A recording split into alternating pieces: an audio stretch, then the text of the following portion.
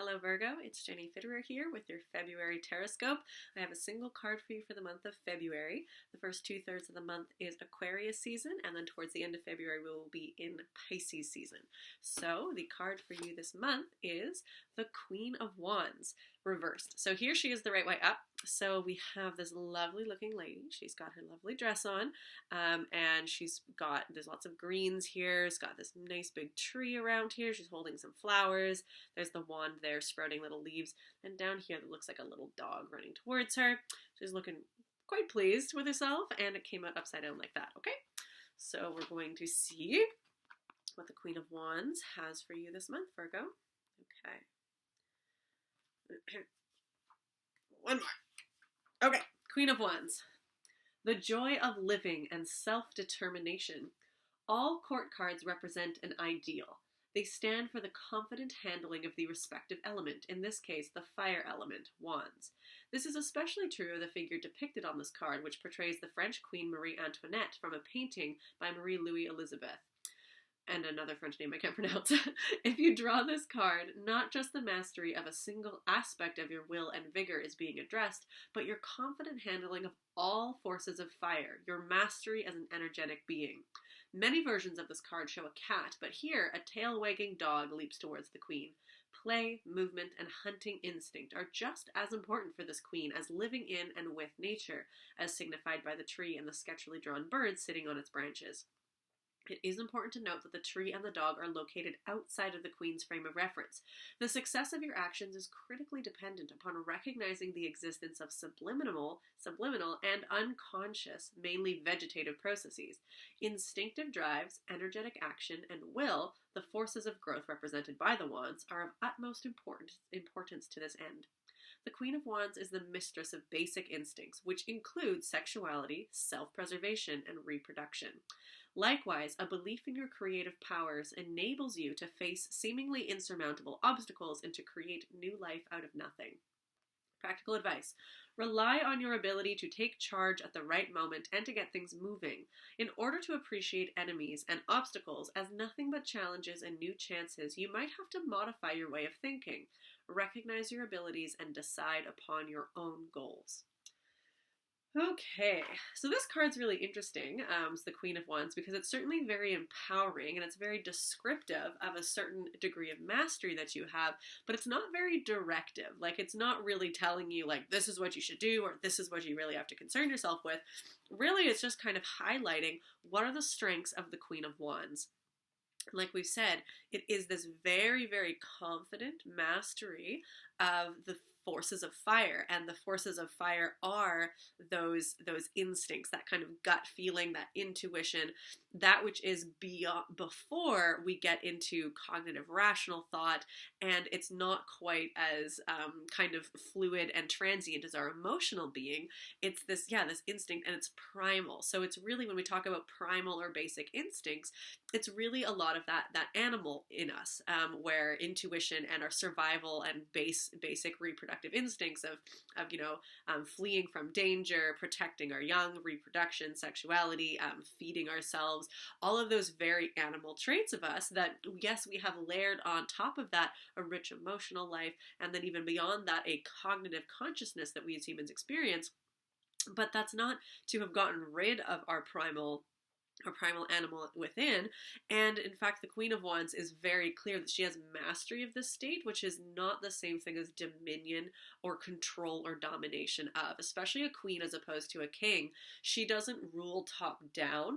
She navigates and moves within and acknowledges the power of all of these things. She's not somebody that rules with an iron fist. And so this is really reminding us that our true mastery in our animal instinct is not mastery or dominion over it. So a lot of the time we can talk about, controlling our inner animal, or we're rational beings, we're not just driven by instinct like animals, and it's very tiered. We have a lot of The mind and the higher elevated consciousness is better than and should always be in dominion of and in control of our instincts. And so, because those are somehow lesser, that we shouldn't be making choices based on that, but we should, rely on our higher faculties. And that's not necessarily a very accurate approach. They are, if all of our emotions and our higher order thinking, it emerged from our primal state. And so it is actually, our primal state is the core and the root of all of these other conscious, higher level faculties that we enjoy. So that would be to say that the branches and the fruit of the tree are better than the roots, and that they, the need for the roots, we don't need the roots anymore because look at all the fruit that we have. It's like, no, if we didn't have the roots, we wouldn't have any of these things. If we don't have our instincts, our willpower, our intuition, and a mastery and an integration of that, it's not like, oh, we just switched that off and we still got our brain. No, our thoughts and all of our other faculties are rooted in this primal being. So this card is really, it's really not even so much a suggestion or a commandment that you need to get in touch with your primal forces. If you've drawn this, you're probably already pretty well there. It did come out reversed, so it might not be you might not have total comfort and mastery of it, but it's really encouragement that if your instincts have been, if your instinct has been to be getting more in touch with your instincts and your primal being, and really listen to that part of you and allow it to be just as important and not the lesser servant or the embarrassing black sheep that you're like, oh right, sorry, I still have those instincts, but I'm better than that, I'm smarter than that, I can control those. Rather than that kind of top-down approach, if you've really been leaning towards wanting to rely on and integrate and empower those primal instincts, this card is really saying, yeah, awesome, go for it. You've already got that. You're already partway there. And Virgo already so has this quality to it. Virgo's an earth sign. Virgo's very much connected in the body with the gut and is often where we kind of feel the energetic, the sensation of instinct and intuition is that gut response. So Virgo has this, this aspect of, it's not like the queen or the sovereign the way the sense of Leo is, where you're like, you're the sovereign, you're in control, but there's a very different hands-in involvement that Virgo has into the earth and connected into, the green world and the primal state of the earth, beyond just that earthy, what you root into. Virgo's already quite invested in that. So this card, really just feels like, good for you. You're on the right track. And I don't really feel like I need to even really give you much decision or a direction here. The only other thing is that, yes, it said recognize your abilities and decide upon your goals. If you do have goals in mind that you're trying to work with, absolutely. And it's really great to say that you don't just have to think of your goals here or your goals here. You can absolutely let your goals be driven by instinct and to just, even if you just I just sort of feel like I don't have a good reason for it. It might not seem very practical. I don't even really know why I want to put this goal forward in your life. Awesome. That is absolutely a good enough reason to try something. So I'm just sort of hopefully giving you permission. If that's where you're at, then absolutely go for it.